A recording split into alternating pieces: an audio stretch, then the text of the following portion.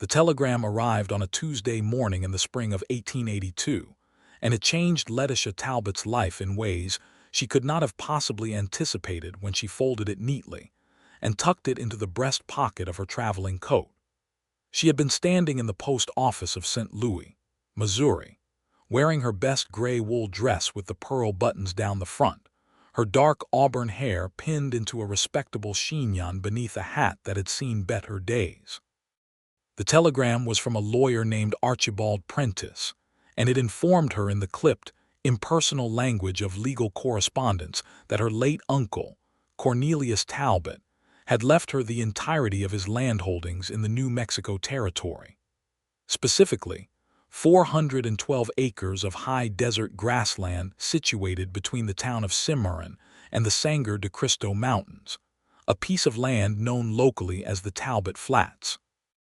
What the telegram failed to mention, what Archibald Prentice had apparently considered a minor detail not worth the cost of additional telegraph words, was that a man named Daniel Donnelly had been working that land for the better part of 3 years under a verbal agreement with Cornelius Talbot, and he had absolutely no intention of leaving.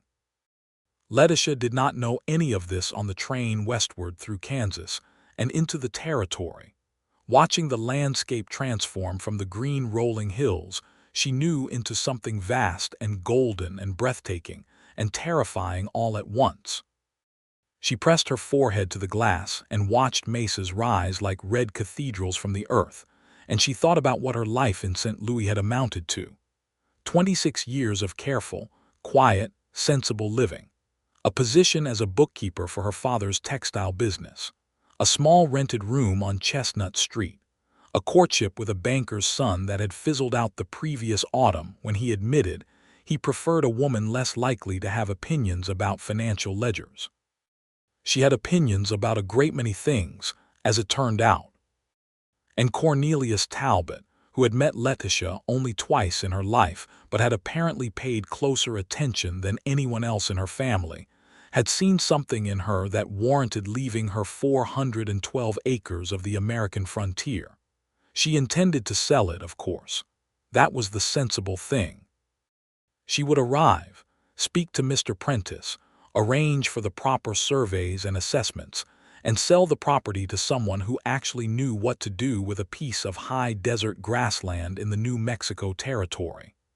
Then she would return to St. Louis with enough money to open the small accounting firm she had been dreaming about for 3 years.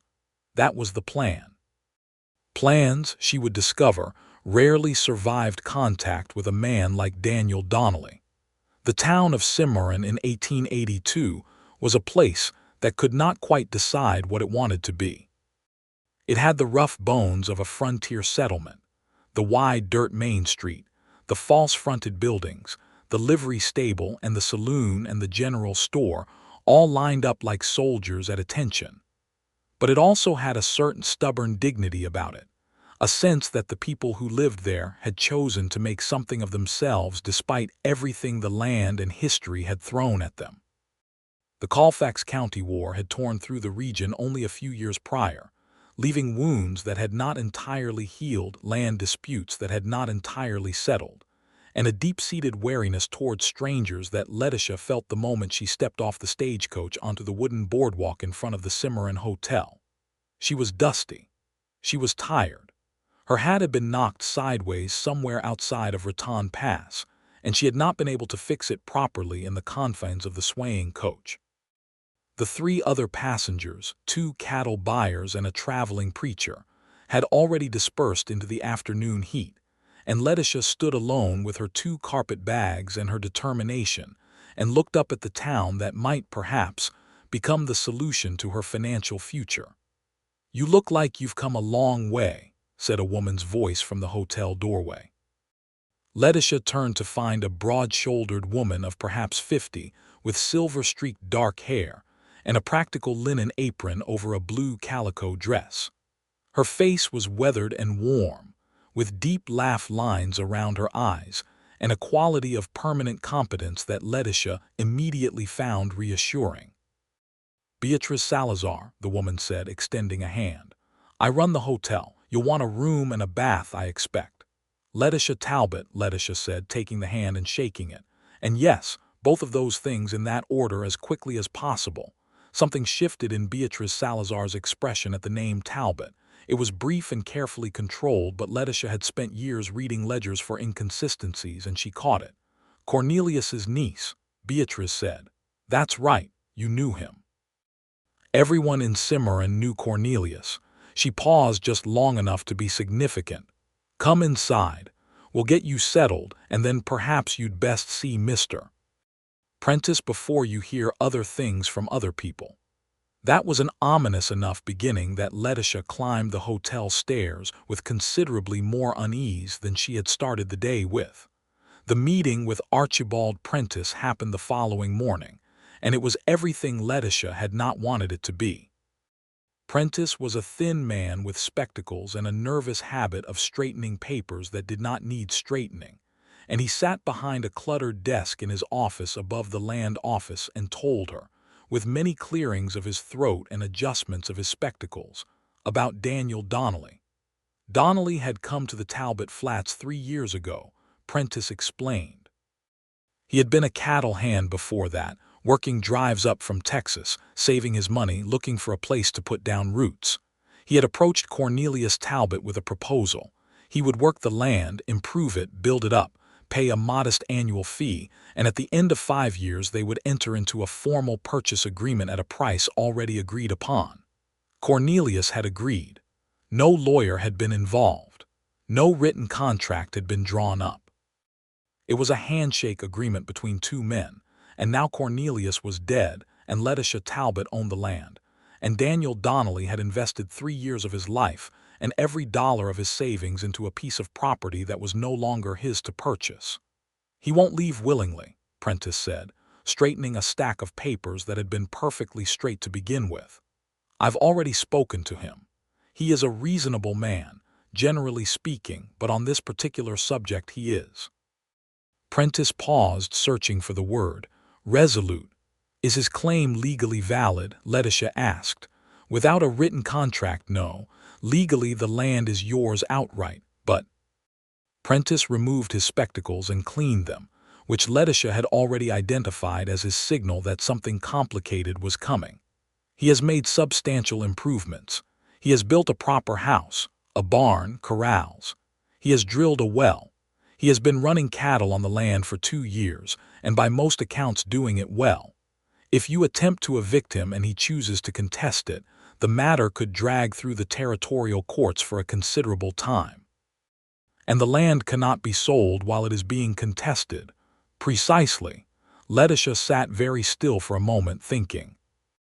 Outside the window, Cimarron's main street was busy with morning commerce, horses tied at hitching posts, a freight wagon rumbling past, 2 women in sunbonnets talking on the boardwalk. "I would like to speak to him myself," she said. Prentice looked mildly alarmed. "Miss Talbot, I'm not sure that's advisable." She stood, smoothing her skirt. "Mr. Prentice, I have been managing my father's accounts for 7 years and navigating disputes between buyers and suppliers for most of that time. I am quite capable of having a conversation with a cattle rancher." She picked up her reticule. "How do I get to the Talbot Flats?"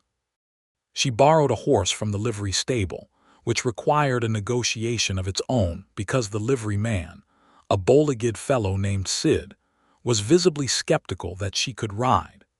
She had grown up riding in Missouri before her family had moved to the city, and she demonstrated this by mounting the bay mare with crisp efficiency and directing it into a smart walk without any of the drama Sid had apparently anticipated.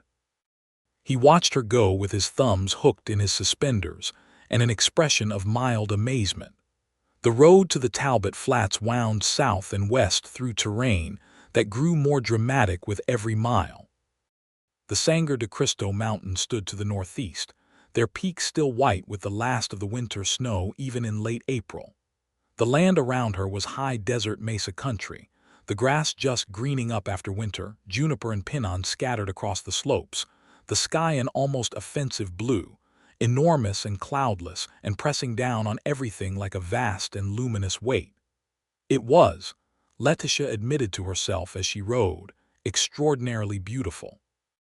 Not the soft, cultivated beauty of the Missouri countryside she had grown up in, but something rawer and more insistent, the kind of beauty that demanded something from you rather than simply offering itself for your admiration. She found the property boundary marked by a line of cedar posts and wire fencing that was neat and well-maintained, nothing like the sagging, neglected fences she had half expected from a man occupying land under disputed claim. She followed the fence line until she came to a gate, passed through it, and continued up a gentle rise toward a cluster of buildings that came into view against the backdrop of a long, rocky ridge. The house was not what she had expected either. It was a proper adobe structure, thick-walled and solid, with a covered porch running along the front and a rose climbing up one of the porch posts that was just beginning to show its first spring leaves. The barn behind it was built of lumber that had been planed and fitted with care, and the corrals beside the barn held perhaps 30 head of cattle and a handful of horses. Whoever Daniel Donnelly was, he had not been idle. He was in the corral when she arrived, working a young horse on a long lead, and he stopped when he heard her approach and turned to look at her. She had expected, she realized afterward, something easier to dismiss. A weather-beaten, belligerent man with no manners and a chaw of tobacco, the kind of rough frontier character who would make it simple to hold her legal position with a clear conscience. What she saw instead was a man of perhaps 31 or 32, tall and lean with the particular kind of build that comes from actual physical labor rather than any deliberate cultivation of it, wearing a plain work shirt with the sleeves rolled to the elbows, dark hair that was slightly too long and slightly in need of a barber, and a face that was, she noted this against her will, quite strikingly put together, with strong lines and dark eyes that, even from 20 feet away as he looked at her, were making a quick and evidently thorough assessment. "You're Letitia Talbot," he said. It was not a question. "I am," she said, dismounting and tying her horse to the fence post. "And you must be Daniel Donnelly." "That's right." He handed the lead rope to a young hand who had appeared from somewhere near the barn, then came to the fence and rested his forearms on the top rail, looking at her with those dark eyes that gave away exactly nothing. "Prentice send you out here." "Mr. Prentice warned me, if that's what you mean. I chose to come myself." Most women who own property they've never seen send lawyers to do their talking. "I am not most women," Letitia said pleasantly, "and I find that lawyers rarely say what actually needs to be said. May I come in?" A pause.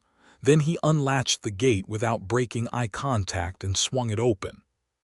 They sat on the porch, and she noticed that the rose climbing the post was a climbing variety she recognized from Missouri, and she wondered briefly who had planted it.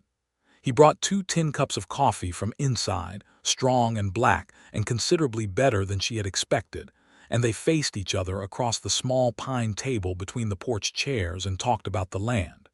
He told her what he had told Prentice, plainly and without embellishment. 3 years of work. The house, the barn, the well, the fencing.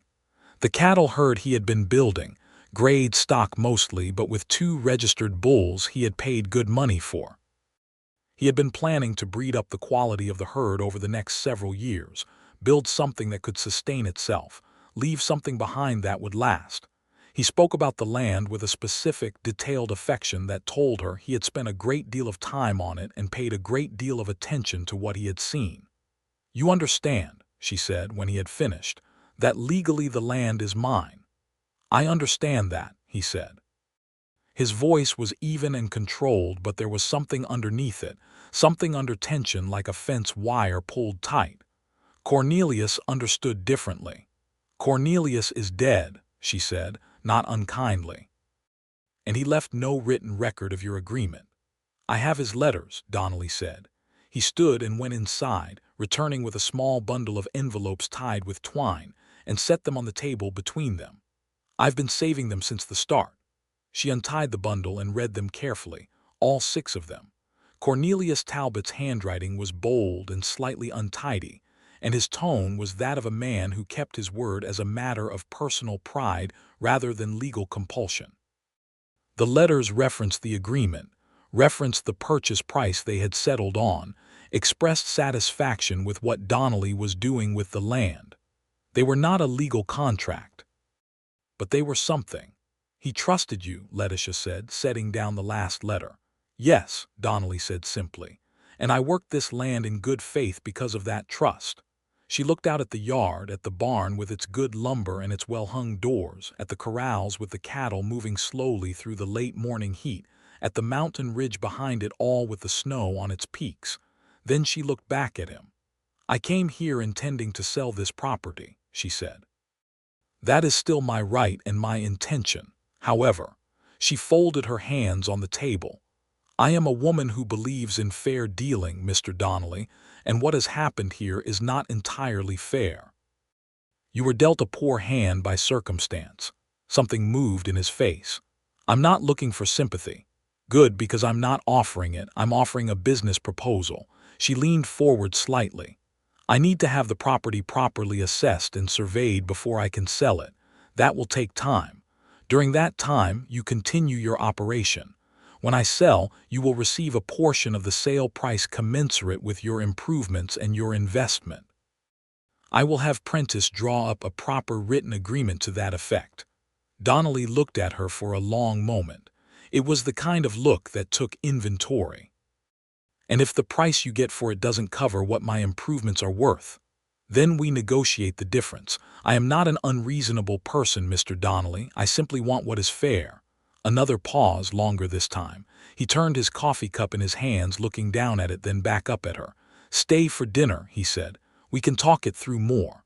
"I beg your pardon. You rode all the way out here. It's almost noon." "Roberto," he nodded toward the young hand who had reappeared near the barn, "makes a very decent frijole stew. You'd be riding back hungry otherwise, and I find people make worse decisions on an empty stomach."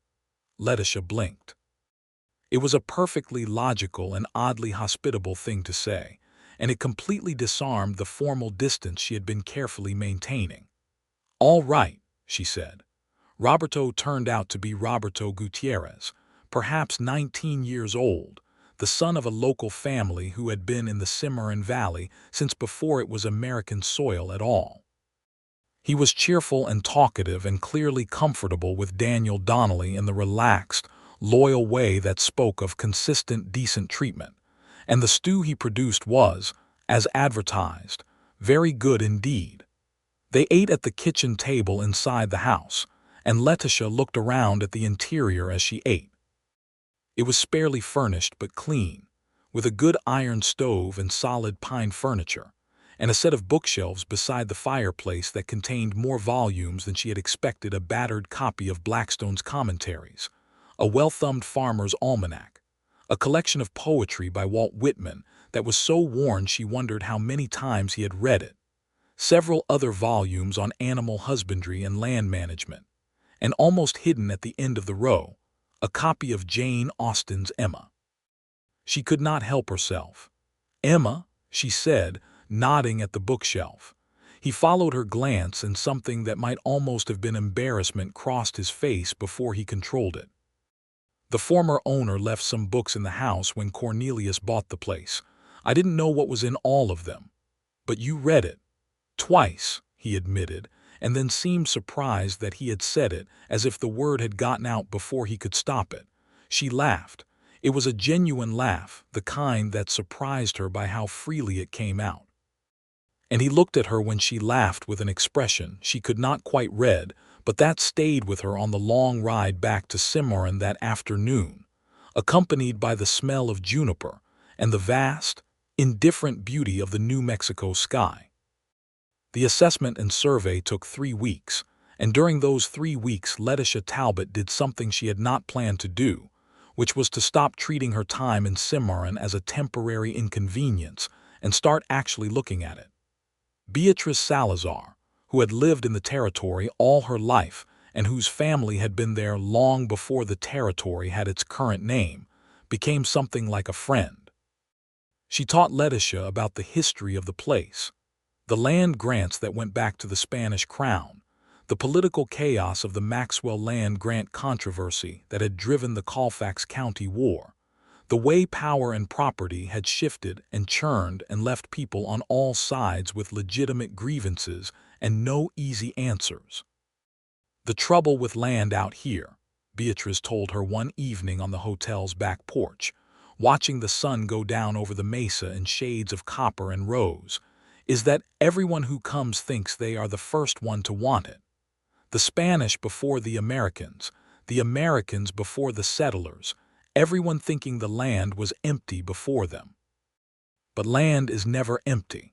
Someone always loved it first." Letitia thought about that a great deal. She also went back to the Talbot flats several times, ostensibly to oversee the survey work, but with a growing honesty about the fact that she was also going to have conversations with Daniel Donnelly that she had started to look forward to in the way she once looked forward to a particularly interesting passage in a good book. He was not an easy man to know. He was economical with words in the way that she was beginning to understand was not reticence but precision. He did not say things he did not mean, and he did not fill silence with noise for the sake of it.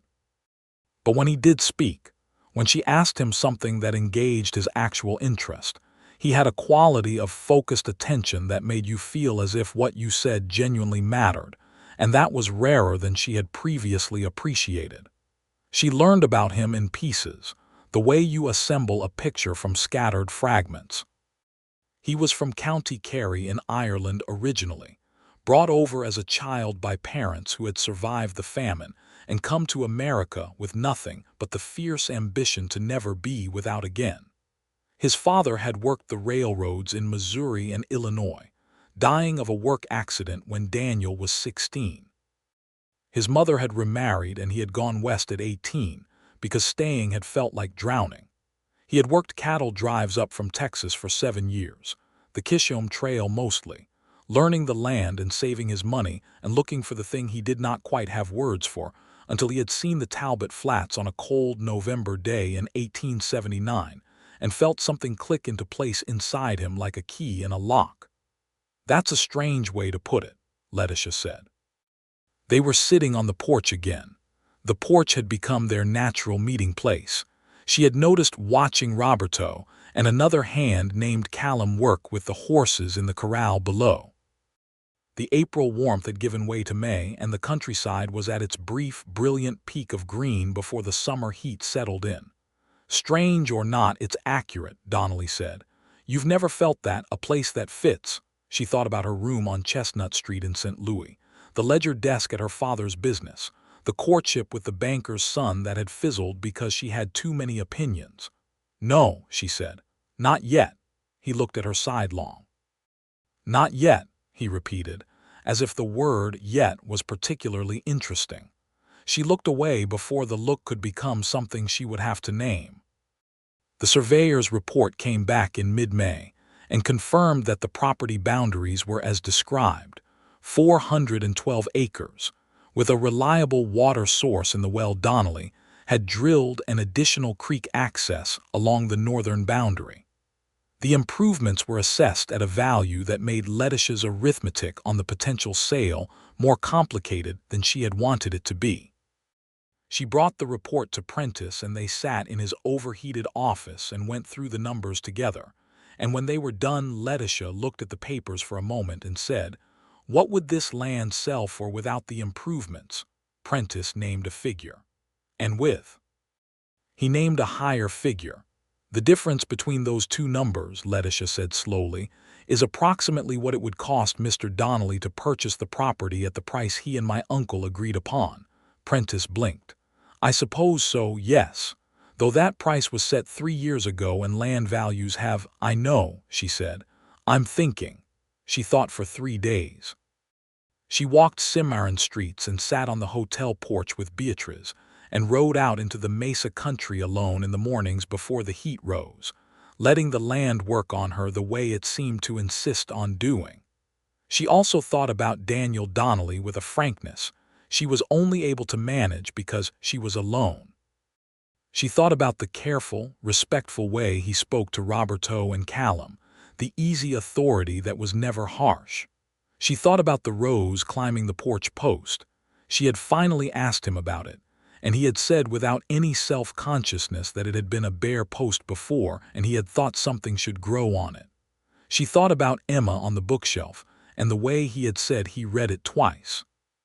She thought about the way he had looked at her when she laughed, as if the sound of it surprised him and he was grateful for the surprise. She thought about the land, the 412 acres that she had inherited without knowing it from an uncle who had apparently understood her better than she understood herself. The way it fit around you when you were out in it, the way the sky was so large it forced a kind of humility, the way the mountains changed color through the day from gray-blue at dawn to amber at noon to deep violet at sunset. The way it was nothing like St. Louis and everything like somewhere you had always been looking for. Not yet, she had said, when he asked if she had ever found a place that fit. She rode out to the Talbot Flats on a Friday morning with the surveyor's report in her saddlebag, and a decision that had made itself sometime in the night with no particular drama, but the absolute certainty of a column of numbers that has finally summed correctly. He was mending a fence along the creek line when she found him, working alone with the efficiency of a man who had done this particular task 1,000 times, and found a certain meditative satisfaction in the repetition.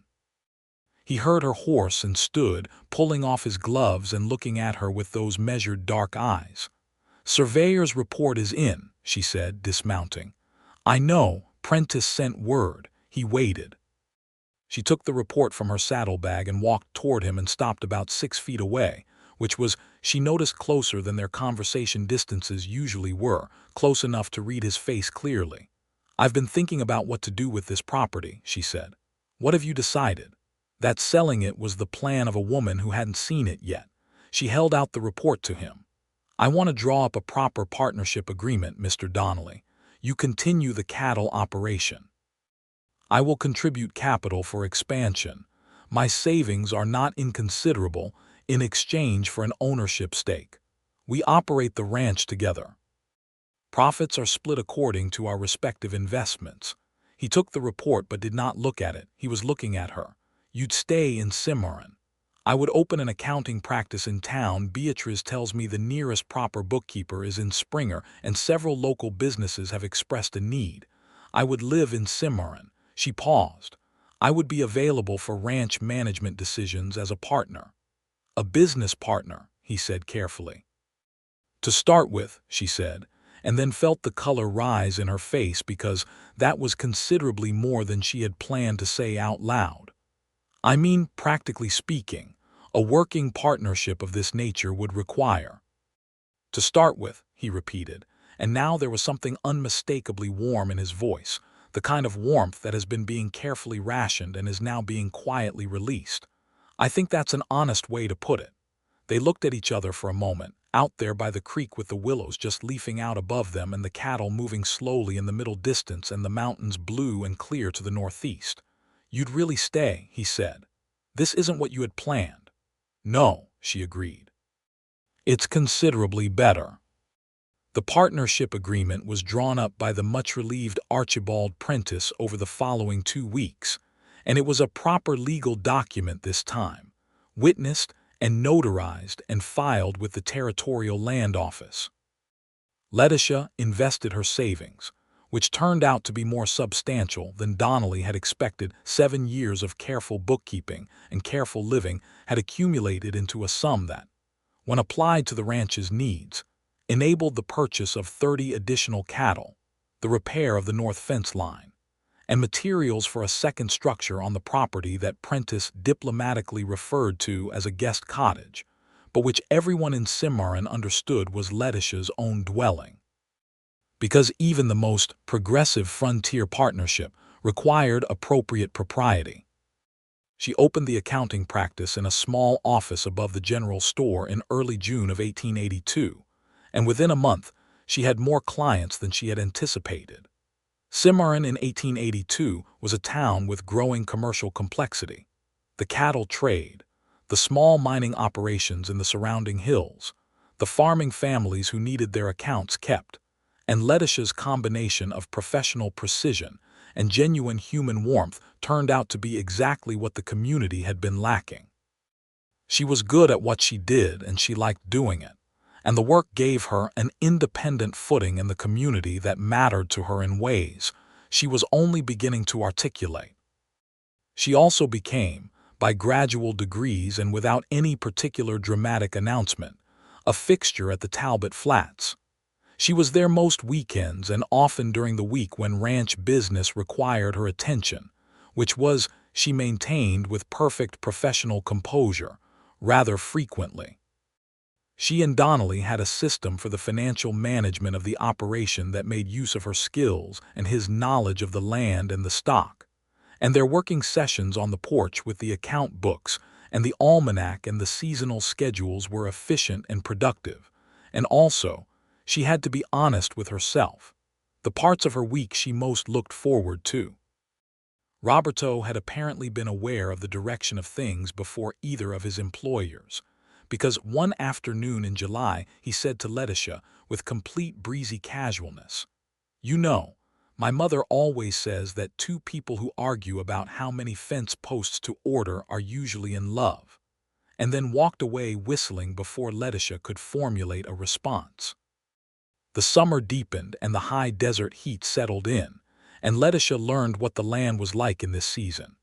The way the afternoon thunderstorms came up from the south with theatrical speed, turning the sky from blue to bruised purple in 20 minutes, the rain coming in curtains across the mesa, the smell of it on the dry ground being one of the most remarkable things she had ever encountered.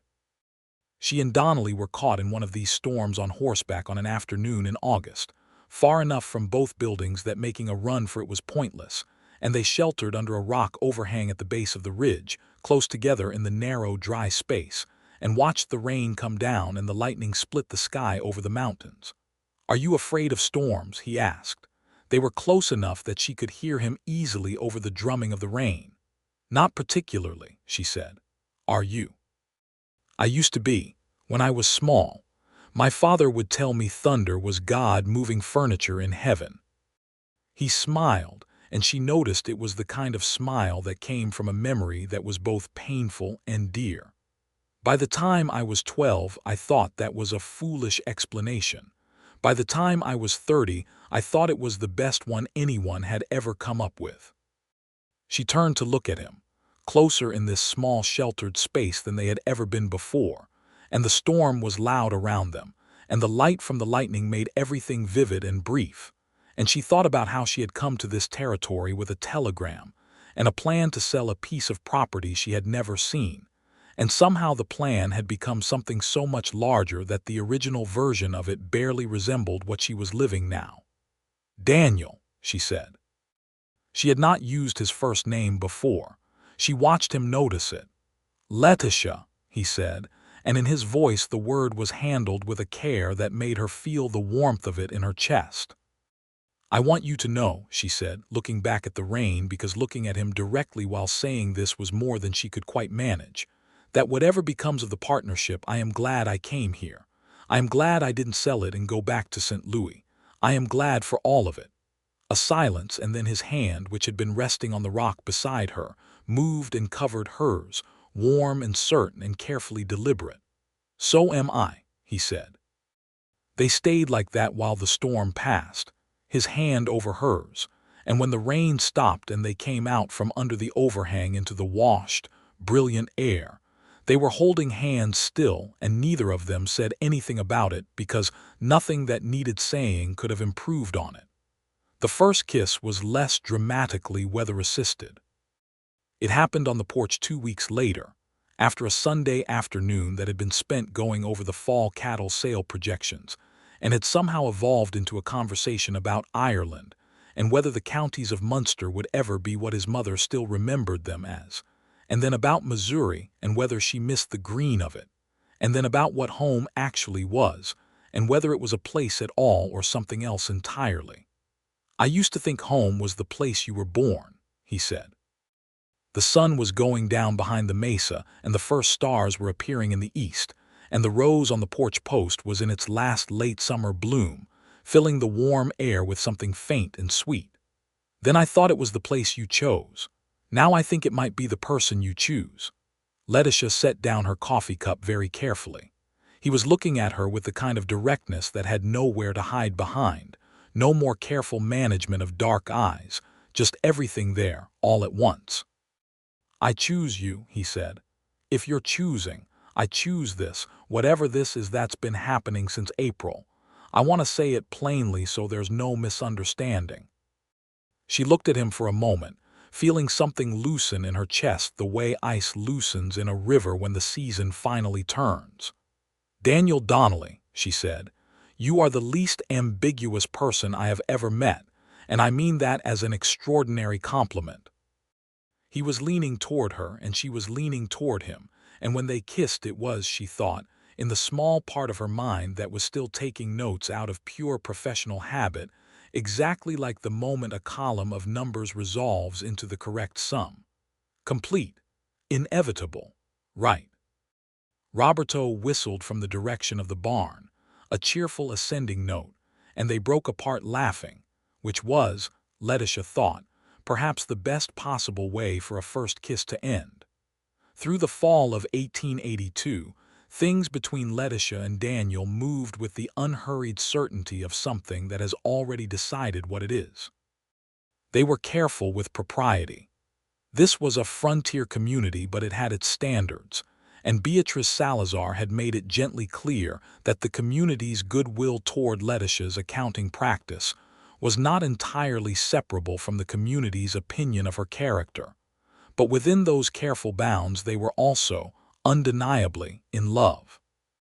It was a particular kind of love, Letitia thought, that grows between two people who come to each other already fully formed, already knowing something of who they are and what they want. It did not have the frantic quality of young romance. It had instead a quality of recognition, each of them discovering in the other things they had not known they were looking for but which, once found, seemed indispensable. He brought her wildflowers once and was so self-conscious about it that she had to look away to avoid laughing, which she then felt guilty about, which he saw. And the whole thing dissolved into an argument about whether it was kind to laugh at someone who had just brought you flowers, an argument she definitively won on the grounds that the flowers were beautiful, and the laughter was affectionate, at which point he looked simultaneously defeated and pleased.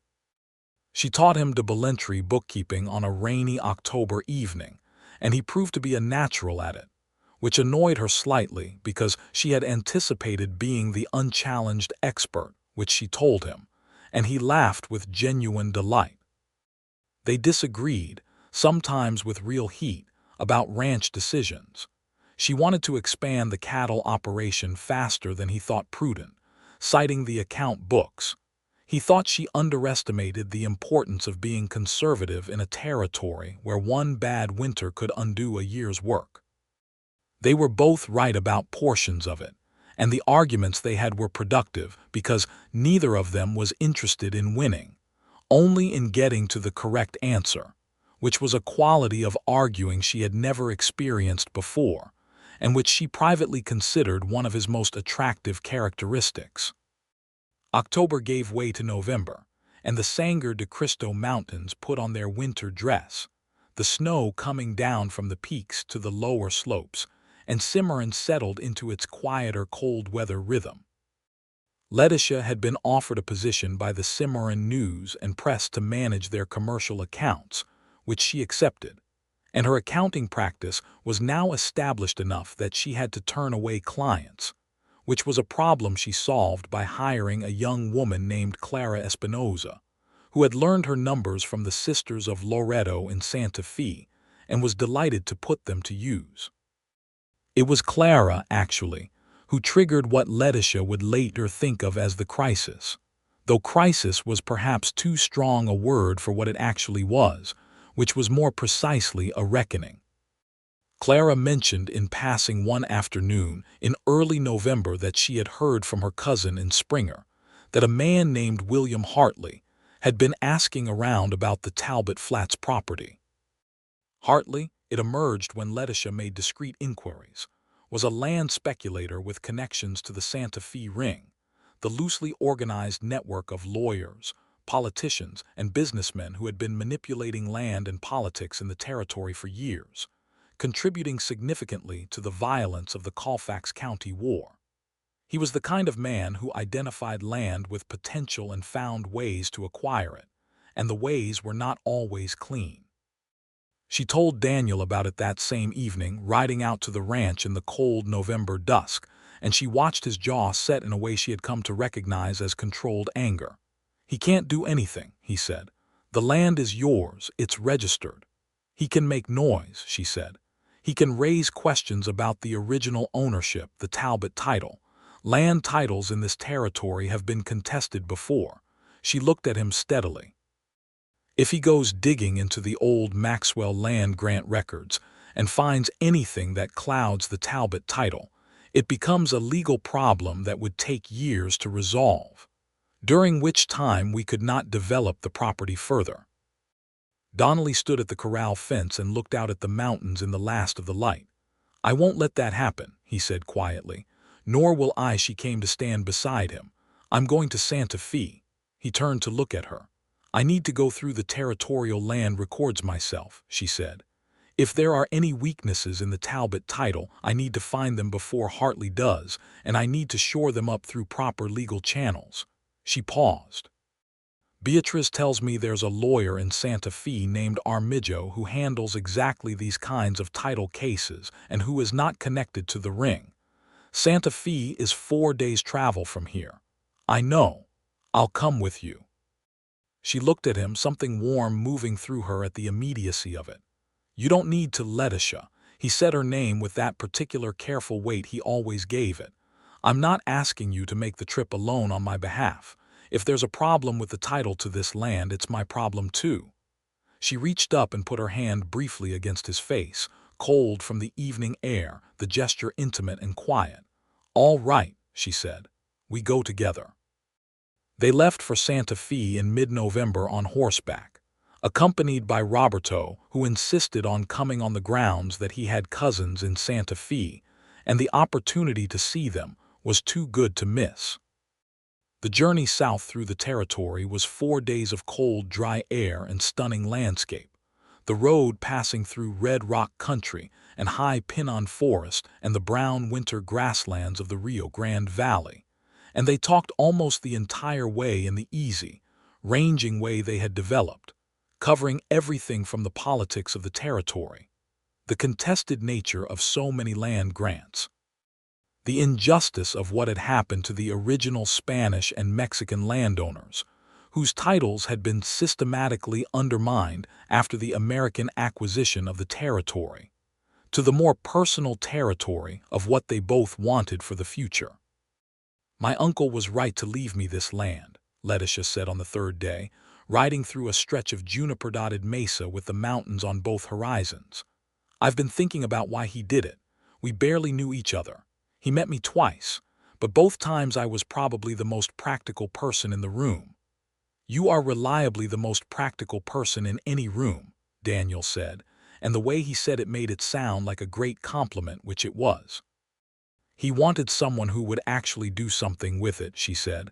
"Not just sell it. He knew my father would sell it in a month. He knew my brother would do the same." She paused. "He knew I would come and look at it first. And look what happened when you did." She smiled at the road ahead. "Look what happened." Santa Fe was a different world from Cimarron, older and more layered. The ancient adobe buildings of the Palace of the Governors, and the plaza surrounded by the complicated accretion of Spanish colonial, Mexican, and American influences, all present simultaneously in the architecture, and the people and the language you heard on the streets. Letitia found it fascinating and overwhelming in equal measure, and was grateful for Daniel's calm steadiness beside her as they navigated its streets.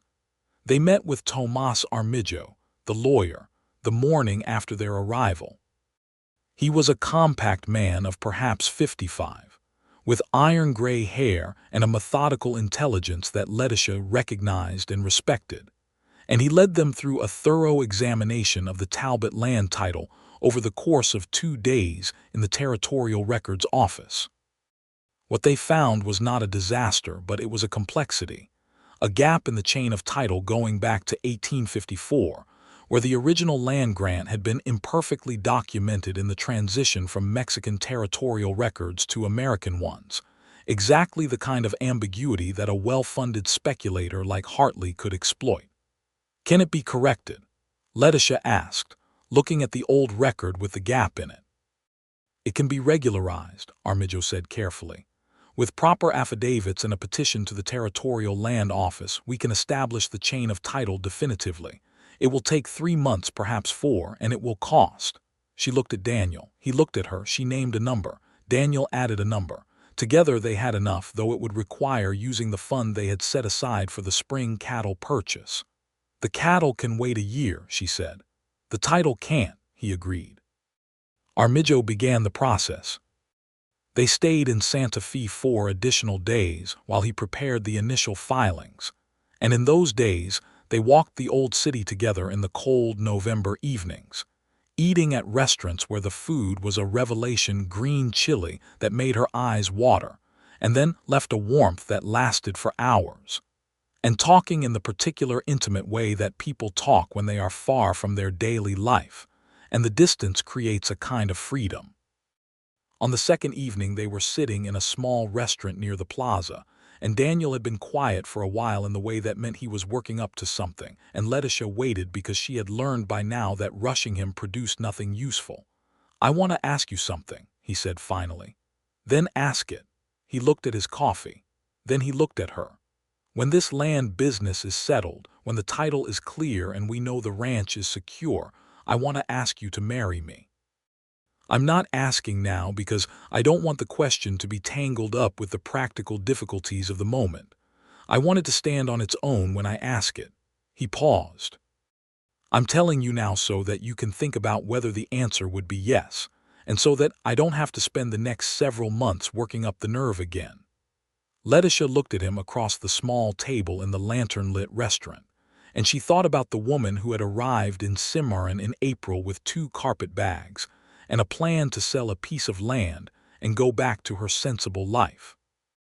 And she thought about who she was now, 8 months later, with her accounting practice and her partnership and her stake in 412 acres of the most beautiful landscape she had ever seen.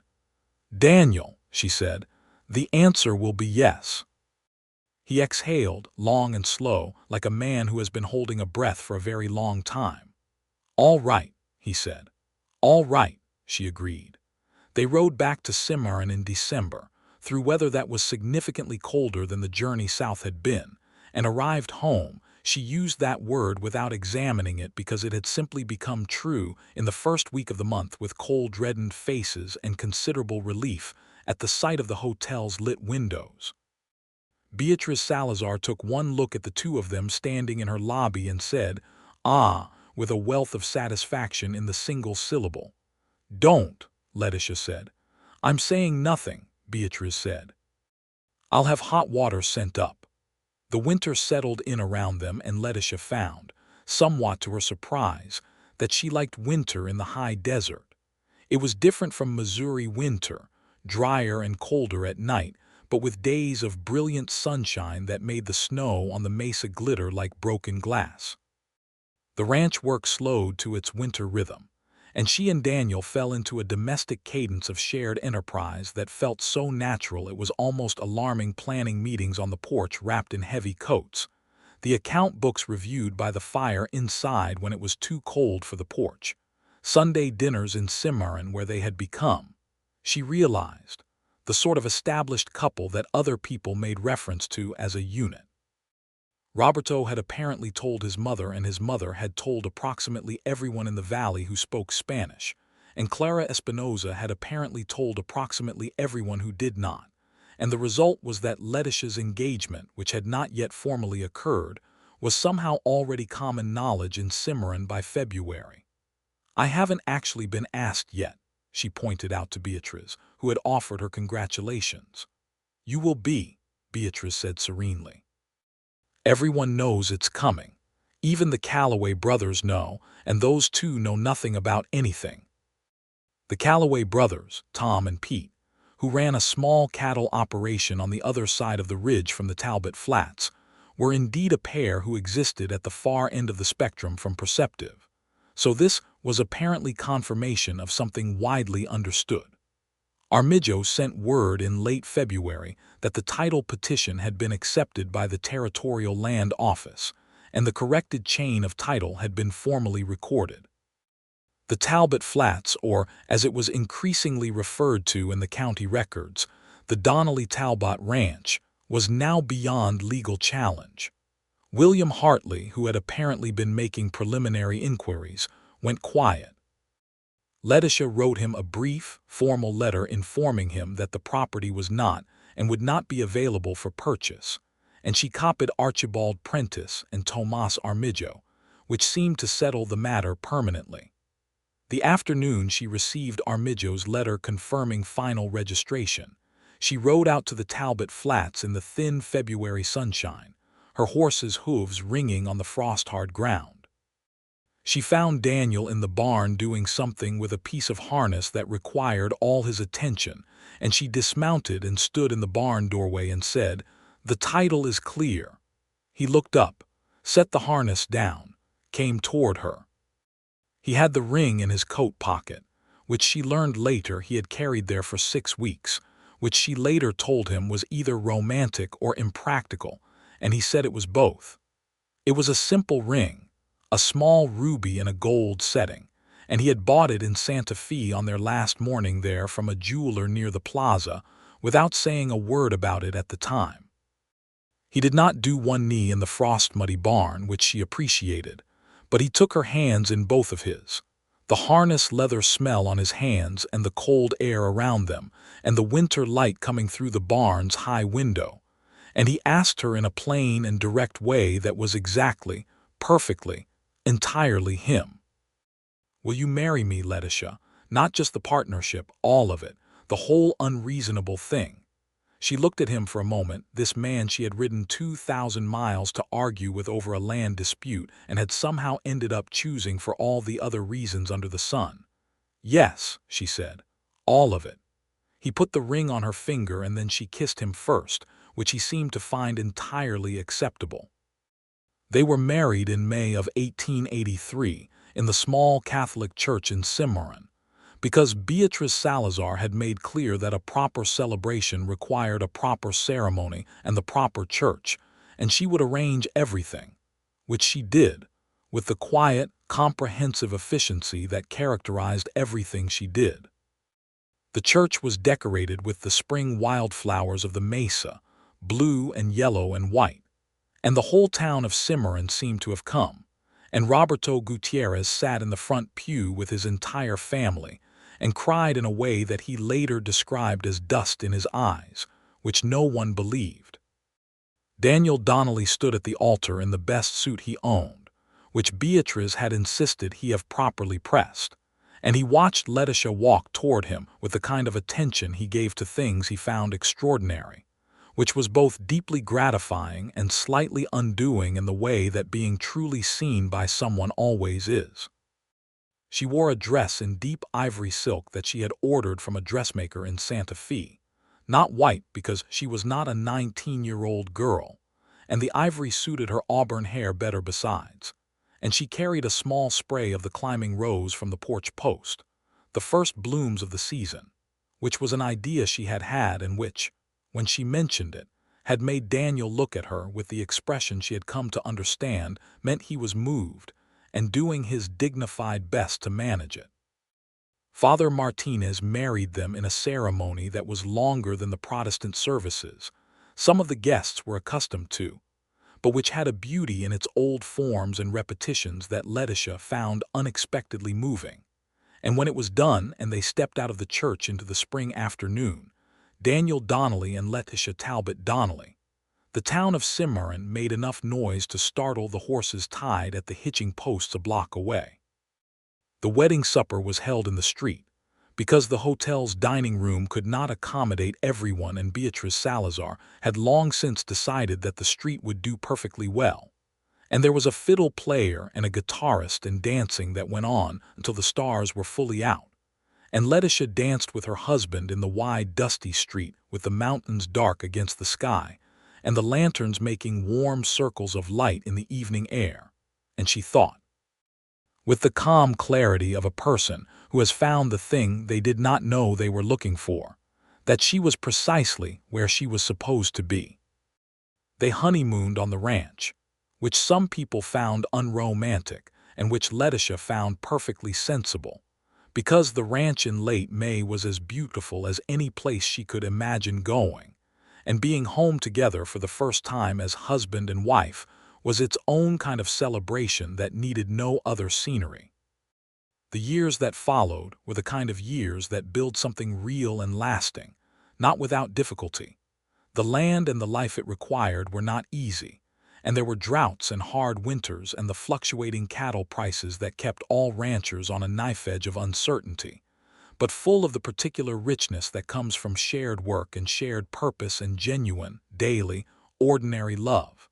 In 1884, their son was born.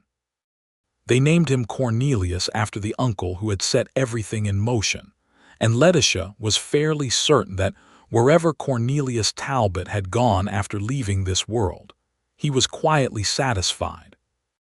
The baby had Daniel's dark eyes, and, from his first weeks, an expression of careful attention that Letitia recognized in both of them. Daniel held his son for the first time on a June evening with the window open and the smell of the summer rain coming in from the mesa, and his face was so undone with love that Letitia, exhausted and newly made a mother and still somewhat overwhelmed by the magnitude of what had just happened, started to cry, which made him look at her with such instant, undivided attention that she laughed through the tears. "What?" he said. "Nothing," she said. "Everything. Both." He sat carefully on the edge of the bed and she leaned against his shoulder, and the baby slept between the weight of both their attentions, and the rain fell outside on the high desert, and the rose on the porch post filled the evening with its smell. Clara Espinosa, who had proved herself indispensable, ran the accounting practice in Letitia's absence during the immediate weeks of early motherhood, and did it so well that when Letitia returned to work, she gave Clara a full partnership stake, which Clara celebrated by immediately identifying 3 accounting errors in the Cimarron news and press books that had been costing the paper money for 2 years. Roberto Gutierrez married a young woman from Springer named Rosario in the fall of 1884, and the Donnelly Ranch gained a cook who was even better than Roberto's stew had been, which was a significant improvement in the quality of life for everyone on the property. Rosario also had forthright opinions about everything from cattle management to the proper seasoning of dried beans, and she and Letitia formed an immediate alliance of competent, opinionated women that Daniel regarded with a mixture of admiration and mild wariness. The ranch grew steadily through the mid-1880s. The cattle operation expanded with the addition of a 3rd corral and a larger breeding herd, and the 2 registered bulls Donnelly had purchased before Letitia's arrival had produced progeny of sufficiently good quality that other ranchers in the valley were paying for breeding rights. Letitia's careful management of the ranch accounts, combined with Daniel's instinctive understanding of the land and the livestock, made them a formidable partnership in every sense of the word. The land itself rewarded their attention. They built an irrigation ditch from the creek in 1886 that allowed them to put in a kitchen garden and a small hay meadow, reducing their dependence on purchasing winter fodder. Daniel planted additional cottonwoods along the creek bank and several more roses around the porch, because one climbing rose had apparently convinced him of the principle. Letitia planted a kitchen garden of a seriousness that impressed even Rosario, who had grown up gardening. In 1887, their daughter was born, and they named her Bridget after Daniel's mother, who had lived long enough to receive a letter about the wedding and the ranch, and who had written back a long, cramped, emotional letter that Daniel read 3 times, and then folded very carefully and put with Cornelius Talbot's letters in the small bundle that lived in the drawer of his desk. Bridget had her mother's auburn hair and her father's measured disposition, which made for an extraordinarily self-possessed small person from her earliest months.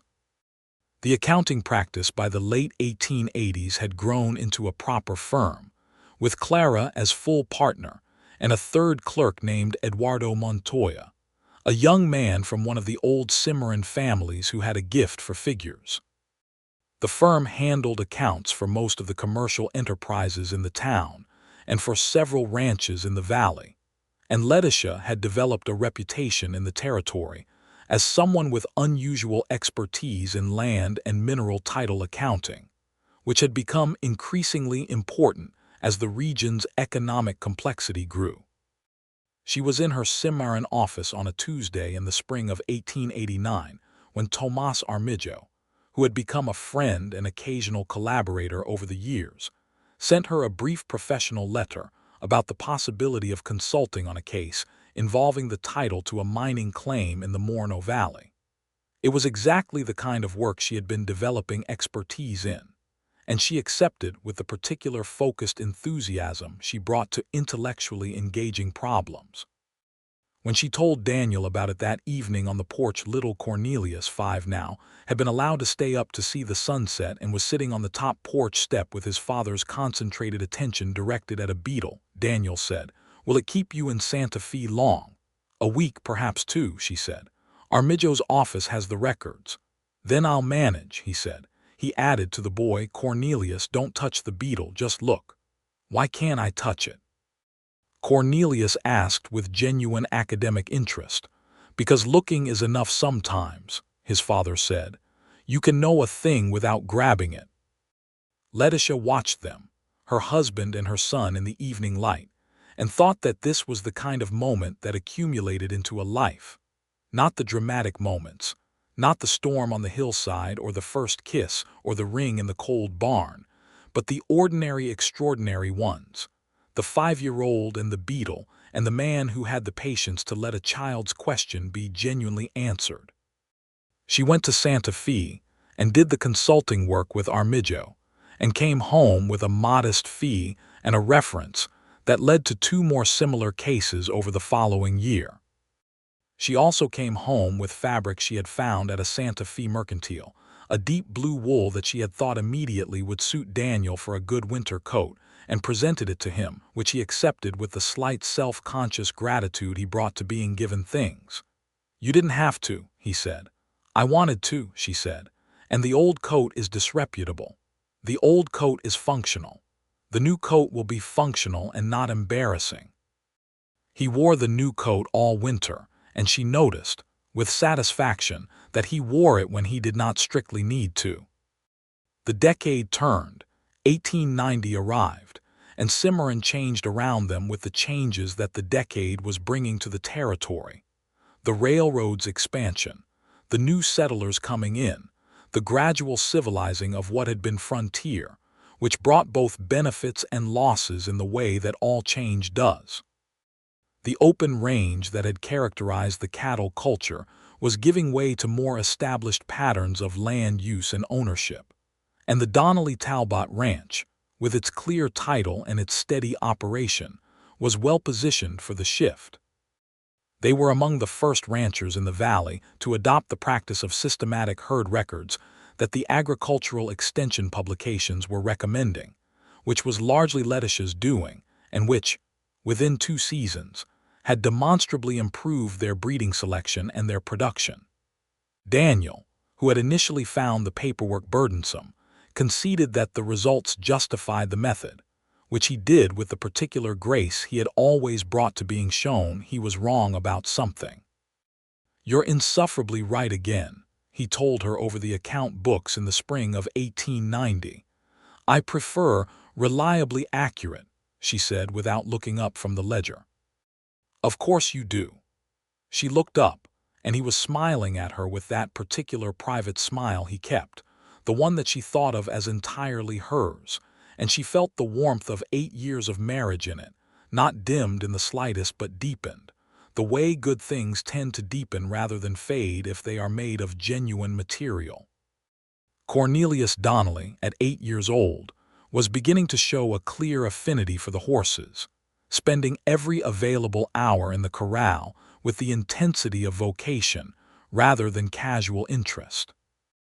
Daniel spent deliberate time teaching him, and Letitia watched sometimes from the fence with Bridget on her hip, and thought about how the things you build go forward into time in ways you cannot entirely predict or control, only tend. Bridget, at 3, was at the stage of language acquisition where she tested every new word at maximum volume, and her favorite current word was why, which she deployed with the systematic thoroughness of a natural philosopher. She asked it about the rows on the porch post, about the cattle in the corrals, about why Roberto's hat was the shape it was, about why the mountains were blue from far away and gray up close, about why her father's eyes were dark when her mother's were light brown. Daniel answered every question with genuine effort, which Letitia thought was one of the things she loved most about him. In the summer of 1890, Beatrice Salazar, who had been the anchor of Cimarron's social world for as long as anyone could remember, became ill with a chest ailment that the town's doctor treated with the best remedies available, but which did not fully respond. She spent several months fighting it with the formidable will that had characterized everything she did, and she recovered partially, but she was quieter afterward, and she sold the hotel to a couple from Denver who ran it reasonably well but without her particular quality of care. She moved into a small house 3 blocks from the main street and became instead a person who received visitors, which she did with great satisfaction.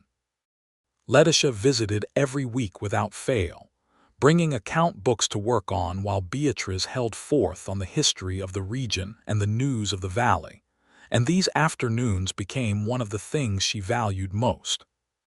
Beatrice had a quality of accumulated knowledge that was irreplaceable, the living memory of a place through its most turbulent years, and Letitia had begun keeping careful notes of what she learned, not knowing exactly what she would do with them but feeling the importance of not letting them be lost.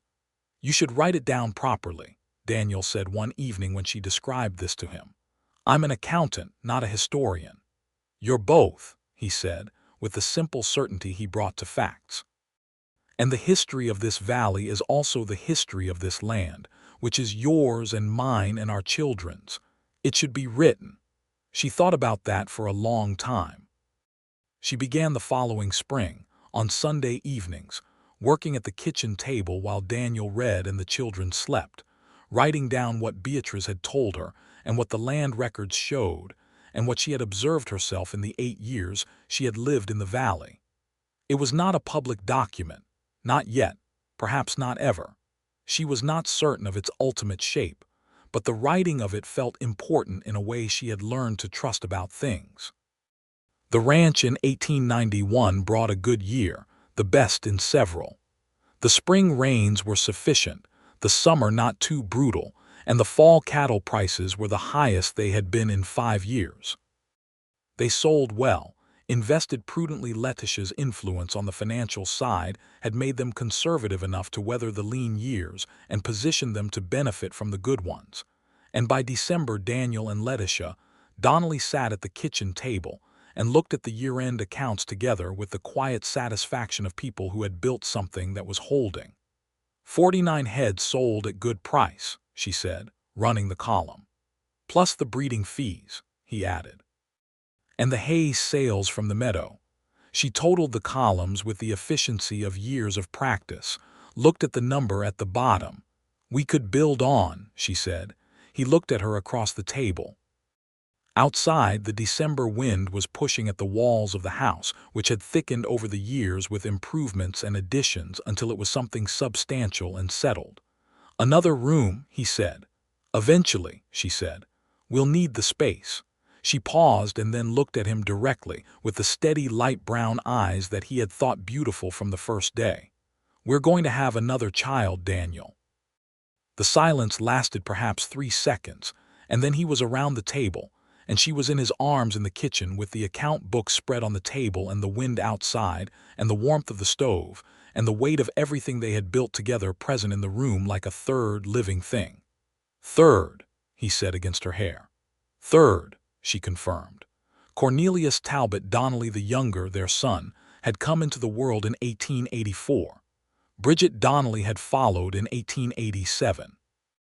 In the summer of 1892, on a July morning when the thunderheads were building over the mountains and the air smelled of rain before it fell, their second son arrived with minimal drama and considerable lung capacity, and they named him James, after no one in particular because he seemed, from the first moment, entirely himself. James Daniel Donnelly was, by the assessments of everyone who knew the family, his mother's child in temperament, quick-minded and opinionated and immediately interested in everything, while looking almost entirely like his father. This combination made him, by toddlerhood, extremely difficult to negotiate with and enormously charming to everyone except his older brother, who found him exhausting in the way that all 9-year-olds find small children exhausting. Bridget, 5 years old when James arrived, received him with a serious consideration, decided after inspection that he was acceptable, and thereafter defended him against all criticism with a ferocity that was entirely her father's. The family settled into the particular rhythms of the early 1890s. The accounting firm was busy with new work as the territory modernized, and Letitia had consulted on 3 additional title cases through Armijo's introduction, developing a specialty that was unusual for the time and that she pursued with the quiet determination that had characterized everything she had decided to do since arriving in the New Mexico territory in 1882 with 2 carpet bags, and a plan she had almost immediately discarded. Roberto Gutierrez, who had become something more than a ranch hand and something very close to family in the decade he had spent on the property, became the ranch foreman in the early 1890s, a title he had been effectively holding without the formal designation for several years. His wife Rosario ran the house with absolute competence during the periods when Letitia was occupied with the accounting firm, and their own children, 3 of them by 1892, grew up alongside the Donnelly children in a commingling of families that felt entirely natural to everyone involved. "This ranch has more family than some towns," Daniel said one Sunday afternoon, watching Cornelius and Roberto's eldest son, Miguel, racing each other on horseback around the outer corral to the vociferous commentary of everyone below. Bridget and Rosario's daughter Petra were sitting together in the shade of the porch watching this with the superior composure of people who considered racing horses a waste of a perfectly good horse. "Is that a complaint?" Letitia asked. "That is very much not a complaint," he said.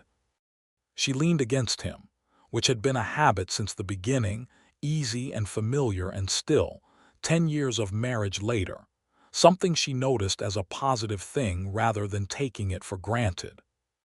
He put his arm around her shoulders, and they stood on the porch of the house that had been built with careful hands in the New Mexico territory, and watched their son and Roberto's son compete with the pure joyful energy of 12-year-old boys. And the mountains were blue and white to the northeast, and the rose on the porch post was in full summer bloom. The accounting firm, which Letitia had first opened as a single room above the general store, moved into its own proper building in 1893, a brick building on Cimarron's Main Street that she and Clara had designed in consultation with the local mason, practical and well lit with large windows, because figures are harder to read in bad light, and which had on its door in painted gold letters, "Talbot Donnelly and Espinoza, Accountants." She had kept Talbot in the professional name deliberately, a thread back to the beginning of things, to the telegram and the train journey and the 2 carpet bags, and the moment she had dismounted in the yard of the ranch that was going to change everything. Daniel had seen the sign before it was hung and had stood looking at it with the particular quality of attention he brought to things he found important. "You kept Talbot," he said. "It's the name that came to Cimarron," she said. "It seemed right to keep it." He had nodded once slowly and then looked at her with that expression she had spent 12 years learning to read perfectly and still found affecting to see. "Your uncle knew what he was doing," he said. "Yes," she agreed. he did. Beatriz Salazar recovered more fully than her doctors had initially hoped, and she lived to see the new century by a comfortable margin. She sat in her small house 3 blocks from the main street and received visitors with the grandeur of a historical document, and she told Letitia, on a November afternoon in 1893 when the first winter cold was making itself known, that she had lived long enough to see the valley become something and she was satisfied. Not done yet, Letitia said firmly, because she had no patience for premature conclusions in either accounting or life. No, Beatriz agreed, amused. Not done yet. The Colfax County of the 1890s was in many ways a different world from the one Letitia had arrived in, the violent chaos of the land-grant years fading into legal history, the economy becoming more diversified and more settled, the older grievances not forgotten. They never entirely disappeared, because land and history in the American West are long memories, but no longer expressing themselves in armed conflict. Letitia's work on the land title cases had made her, in a small way, a part of the effort to bring order to this history, to give legal clarity to claims that had been muddied by decades of competing authorities and bad faith dealing. She thought about the injustice of it, the people who had been dispossessed through legal manipulation, the Spanish and Mexican land-grant families who had watched their titles evaporate through the machinations of men like the Santa Fe Ring. And she wrote about it in the document she had been accumulating for years, the history of the valley as she had learned it from Beatriz and from the land records themselves.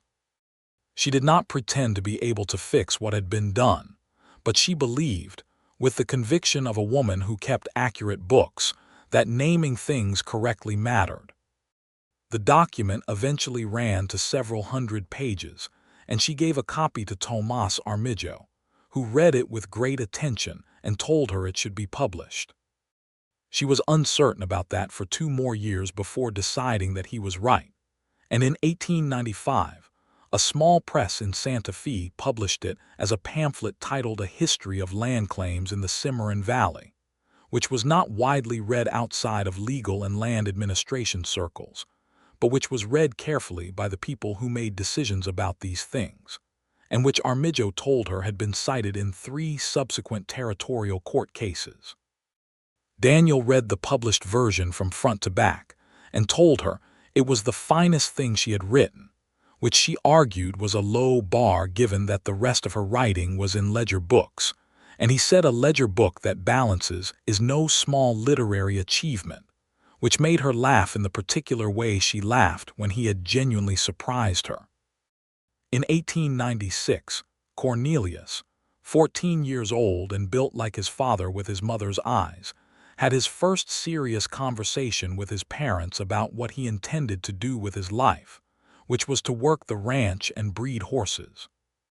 Daniel received this information with the particular careful restraint of a parent who is deeply pleased but trying not to foreclose other possibilities, and Letitia said practically, "Then you should learn everything about it that can be learned, not just what you can see from the back of a horse." She began supplementing his education, which had been conducted by the Cimarron schoolteacher, to a reasonable level, with additional mathematics and reading on animal husbandry from the growing body of serious agricultural literature. Bridget, at 9, had developed a passion for language that she pursued with systematic intensity, reading everything available in both English and Spanish. She had grown up with both, Rosario and Roberto speaking Spanish in the house as naturally as English and writing letters to the territorial newspaper with the fearlessness of someone who had not yet learned to be intimidated by public opinion. One of her letters, about the town's need for a proper library, was published and generated enough community discussion that a small reading room was established above the new bank building, which Beatriz Salazar called a perfect example of what a determined 9-year-old could accomplish. James, at 4, was currently interested in the question of how wells worked, had taken apart one of the windmill's mechanical components to investigate the mechanism, and had been unable to put it back together, resulting in an afternoon of significant inconvenience for everyone on the ranch, and a conversation between his parents that was more amused than its occasion strictly warranted. "He comes by it naturally," Daniel said, looking at the disassembled windmill component with philosophical resignation. "I have never disassembled any mechanical equipment," Letitia said. "No, but you've dismantled any number of other things that needed to be put back together differently," he said, and looked at her with the warm, knowing expression that 15 years of marriage had made even more present and more particular to her. "It's a quality worth having. Annoying in the immediate instance. Worth having." She put the windmill back together herself, because she had read the manufacturer's manual and could follow instructions, and James watched the whole process with intense concentration and asked why each component went where it did, and she answered every question.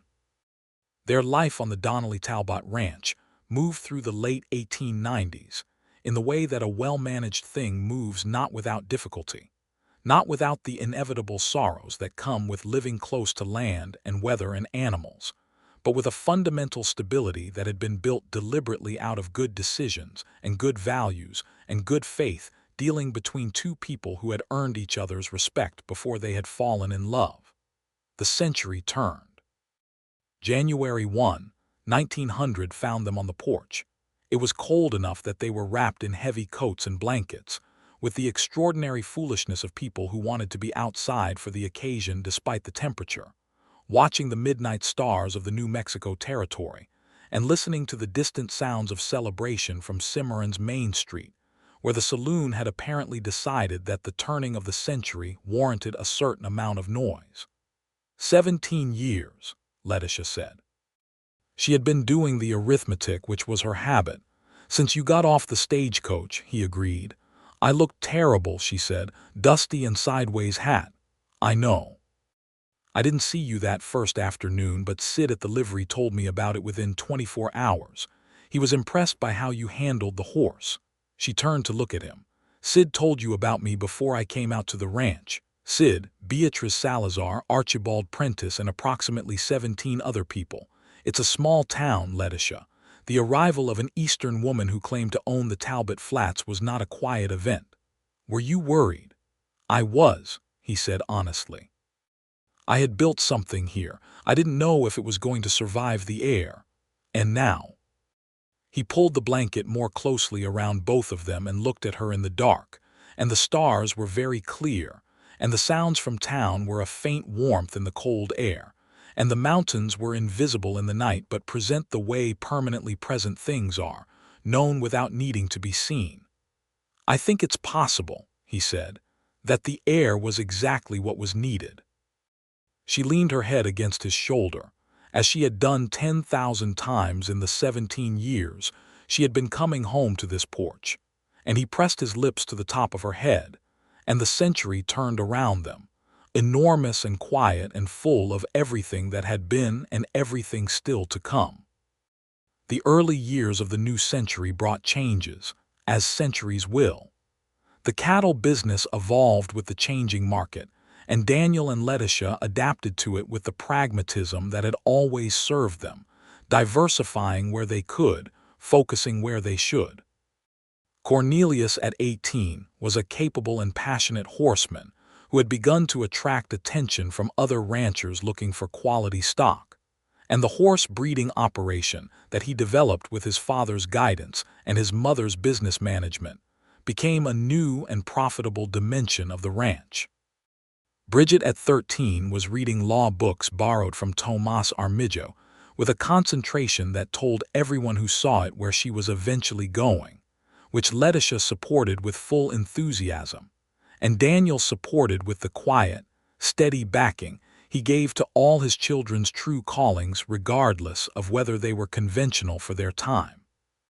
James, at 8, was a small whirlwind of mechanical and mathematical curiosity, who was simultaneously the most exhausting and the most entertaining person on the property, and who had, by age 8, developed a reputation in Cimarron for being able to fix almost any mechanical problem given sufficient time and complete silence during the thinking phase.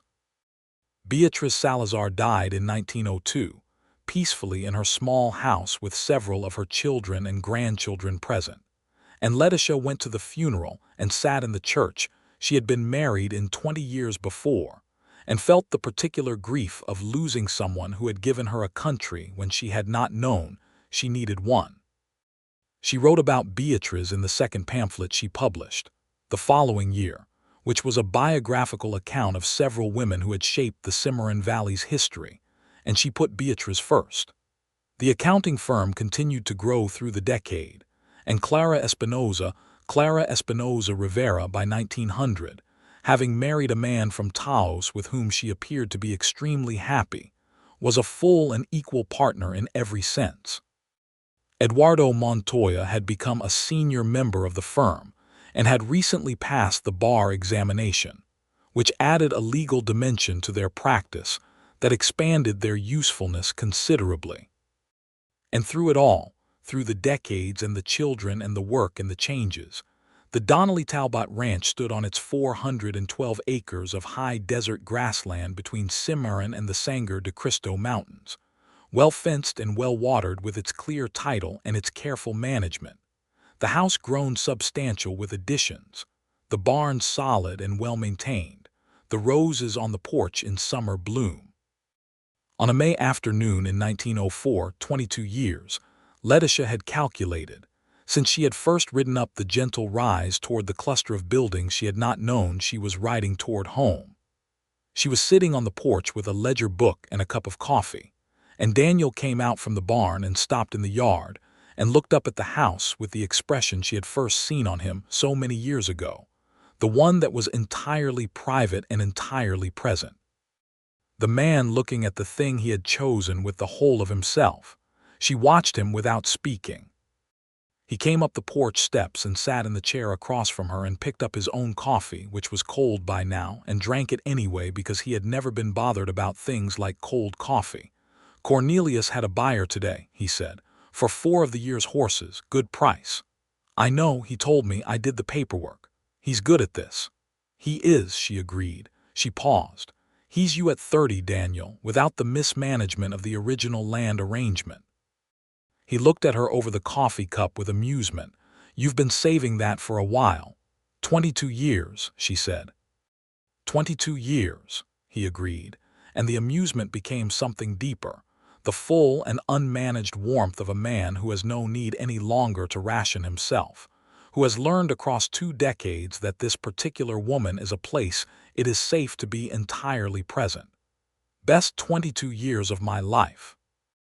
"Mine too," she said simply, which was true and which said in those 2 words everything that the ledger books and the title petitions and the stagecoach and the storm on the hillside and the kiss on the porch and the ring in the cold barn and the wedding in May and the children and the firm and the history she had written had been building toward, the sum at the bottom of a very long and very good column of figures.